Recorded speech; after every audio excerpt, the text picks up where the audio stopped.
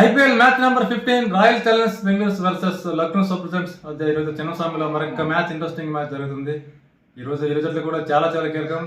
లక్నో కంటే ఇంకా ఆర్సీబీకి అయితే చాలా ఇంపార్టెంట్. దానికి ఏంటంటే వీళ్ళు ఇప్పటి వరకు 3 మ్యాచ్లు జరిగితే ఒక మ్యాచ్ మాత్రం ఆర్సీబీ గెలిచింది. ఇంకా 2 మ్యాచ్లు ఓటమి చూసాం. వాళ్ళ హోమ్లో కూడా పెద్ద రికార్డు లేదు ఆర్సీబీకి.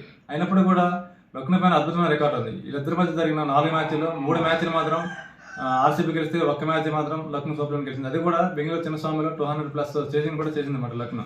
అదే ఈ రికార్డులు అడిగినప్పుడు కూడా ఈ రోజు అనేది టాస్ అనేది చాలా కీరోలు కాబోతుంది. ఎందుకంటే టాస్ అనేది ఎందుకు ఇంపార్టెంట్ అంటే ఈ రోజు చిన్నస్వామిలో పరుగులు పడదనేది ఇప్పుడు మనం చూస్తున్నాం. ఒక 200 రన్స్ చేసినప్పుడు కూడా దాన్ని కాపాడుకోవడం చాలా కష్టం అవుతుంది అనమాట చిన్నస్వామిలో. మ్యాక్సిమం టాస్ గెలిచినట్టు మ్యాక్సిమం ఏంటంటే బౌలింగ్ చేసే సందర్భాలు ఎక్కువ కనబడుతుంది.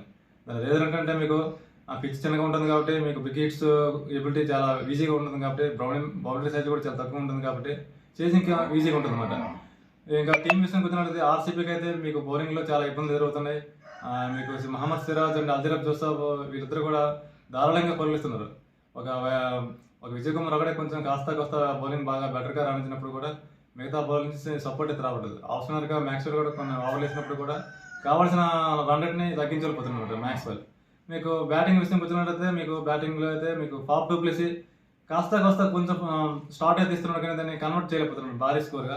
విరాట్ కోహ్లీ కోసం చెప్పాల్సిన అవసరం లేదు. ఎందుకంటే విరాట్ కోహ్లీ మీకు ఇప్పుడు ఈ సీజన్లో మంచి ఫామ్లో ఉన్నాడు, మంచి టచ్లో ఉన్నాడు, మంచి రన్స్ కూడా రాణిస్తున్నాడు. మీకు క్యామరాన్ గ్రీన్ కూడా స్థాయి తగ్గట్టు రన్స్ అయితే రావట్లేదు క్యామరాన్ గ్రీన్ నుంచి కూడా. గ్లాన్ మ్యాక్స్వెల్ ఇక ఇప్పుడు వచ్చిన మ్యాచ్లో కూడా చాలా ఫామ్లో అయితే సరిగ్గా కనిపించట్లేదు.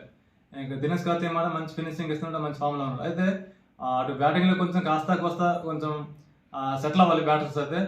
మీకు బౌలింగ్ విషయం కూడా కొంచెం బౌలింగ్లో కూడా డెప్త్ చేసుకునే అవకాశం కూడా ఖచ్చితంగా ఉంటుంది. ఈ రోజు అయితే రీచ్ టోప్లేని తీసుకునే అవకాశం ఖచ్చితంగా కనపడుతుంది ఆర్సీబీకి అయితే.